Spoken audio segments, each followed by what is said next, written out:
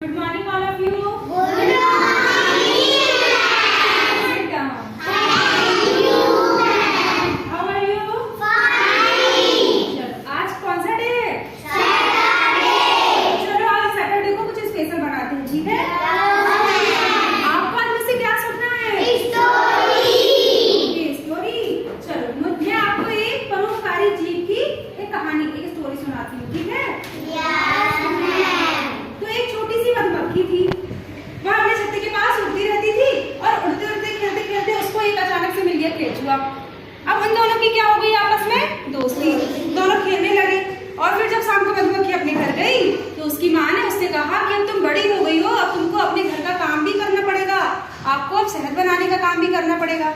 तो मधुमक्खी बोली कि माँ ये शहद तो दूसरों के काम आता है, ये तो हमारे कोई काम ही नहीं आता है ना, इसे तो लोग लेकर चले जाते हैं।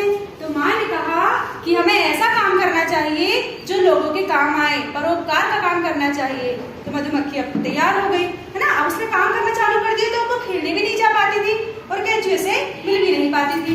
एक दिन शाम को उड़ते हुए उसको मिल गया फिर केंचुआ।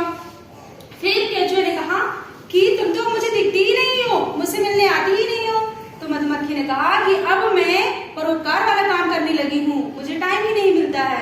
तो केंचुए सोचने लगा कि मैं भी ऐसा कौन सा काम करूं जिससे लोगों का मैं परोपकार कर सकूं। अब वो सोचते सोचते सोचते सोचते खेत चला गया जहां वो रुकता था, ठीक है, जहां वो रहता था। उसको वहां मिला किसान, है ना।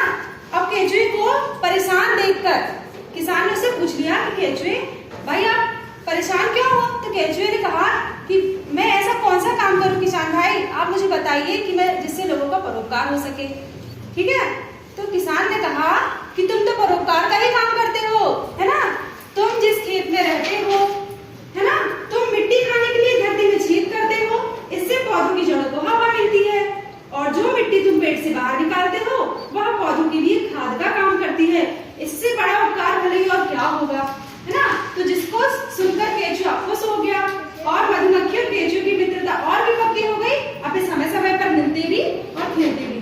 Okay, it's a very